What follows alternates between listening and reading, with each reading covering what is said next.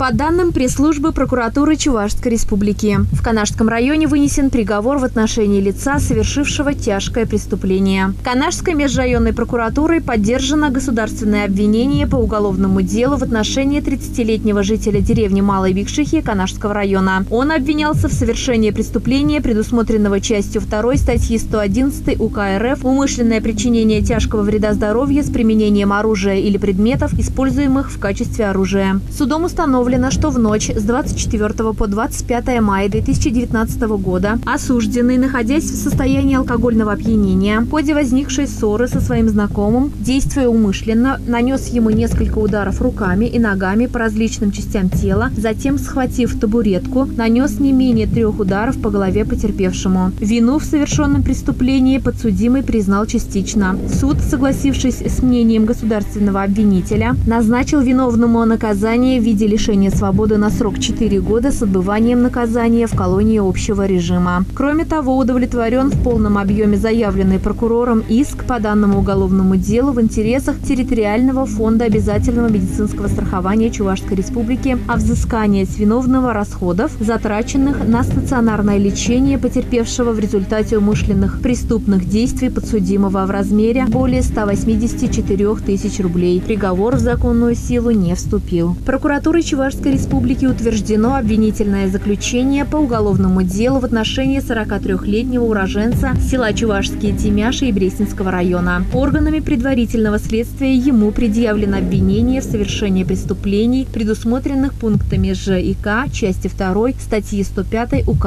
РФ «Убийство, совершенное группой лиц с целью скрыть другое преступление» и части 3 статьи 162 УК РФ «Разбой, совершенный группой лиц с незаконным проникновением в жилище». По версии следствия, около 16 часов 4 апреля 2019 года обвиняемый совместно с иным лицом, будучи в состоянии алкогольного опьянения, испытывая потребности в денежных средствах для приобретения спиртных напитков, преследуя корыстные мотивы, незаконно проникли в частный жилой дом, расположенный в поселке Брестье и Брестинского района, где совершили разбойное нападение на ранее знакомую потерпевшую, в результате чего, применяя насилие, опасное для жизни и здоровья, открыто похитили принадлежащие ей денежные средства в размере 4750 рублей и 2 мобильных телефона. В последующем обвиняемый и иное лицо с целью сокрытия совершенного преступления, опасаясь, что потерпевшая может сообщить в правоохранительные органы о совершении ими особо тяжкого преступления, решили убить последнюю, для чего, действуя согласованно, повалили ее на пол и стали душить веревкой. Однако не смогли довести свой умысел до конца, так как веревка оборвалась. Сразу после этого злоумышленник, взяв со стола ножницы, и нанес ими не менее 10 ударов в область шеи потерпевшей, причинив ей телесные повреждения, несовместимые с жизнью. Обвиняемый вину в предъявленном обвинении не признал. Уголовное дело прокуратурой для рассмотрения по существу направлено в Верховный суд Чувашской Республики. Предварительное следствие по делу проведено сотрудниками Следственного управления Следственного комитета России по Чувашской Республике. В отношении второго участника преступления уголовное дело выделено в отдельное производство. Прокурором Красноармейского района утверждено обвинительное заключение по уголовному делу в отношении 34-летнего главы администрации Красноармейского сельского поселения Красноармейского района Чувашской Республики, обвиняемого в совершении преступления, предусмотренного части 2 статьи 216 УК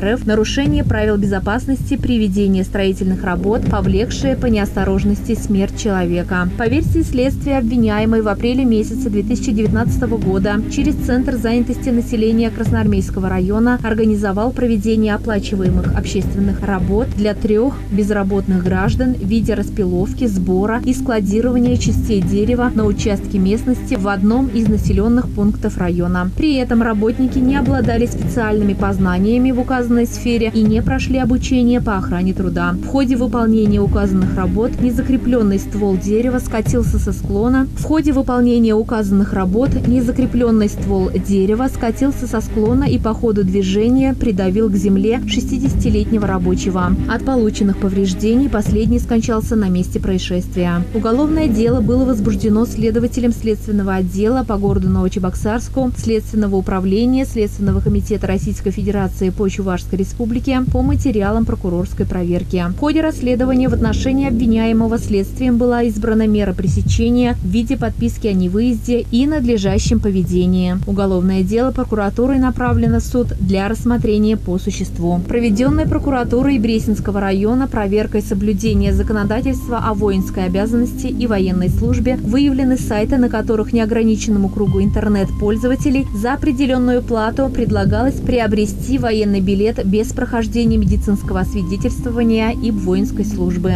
Продавцы незаконных документов откровенно заявляют, что предлагаемые ими к покупке документы поддельные и предлагают оформить их без личного присутствия призывника. За свои незаконные услуги они просят от 50 до 100 тысяч рублей. Действия данных лиц являются незаконными. Статья 327 Уголовного кодекса Российской Федерации предусматривает ответственность за подделку, изготовление или сбыт поддельных документов, государственных наград, штампов, печатей и бланков. Вместе с тем, не только изготовление и сбыт поддельных официальных документов является наказуемым, но и их приобретение. За незаконное приобретение или сбыт официальных документов, предоставляющих права или освобождающих от обязанностей, и за подделку штампа, печати, бланка, их использование, передачу или сбыт предусмотрена уголовная и административная ответственность, предусмотренная статьей 324 УК РФ и статьей 19.23 КоАП РФ соответственно. Ленинский районный суд, согласившись с доводами прокурора, признал информацию, размещенную на данных сайтах, информацией, распространение которой на территории Российской Федерации запрещено, и поручил Управлению Роскомнадзора по Чувашской Республике внести сведения о данных сайтах в единую автоматизированную систему заблокированных интернет-адресов. Решение суда не вступило в законную силу. Информацию предоставила пресс-служба прокуратуры Чувашской Республики. Текст читала Олеся Григорьева.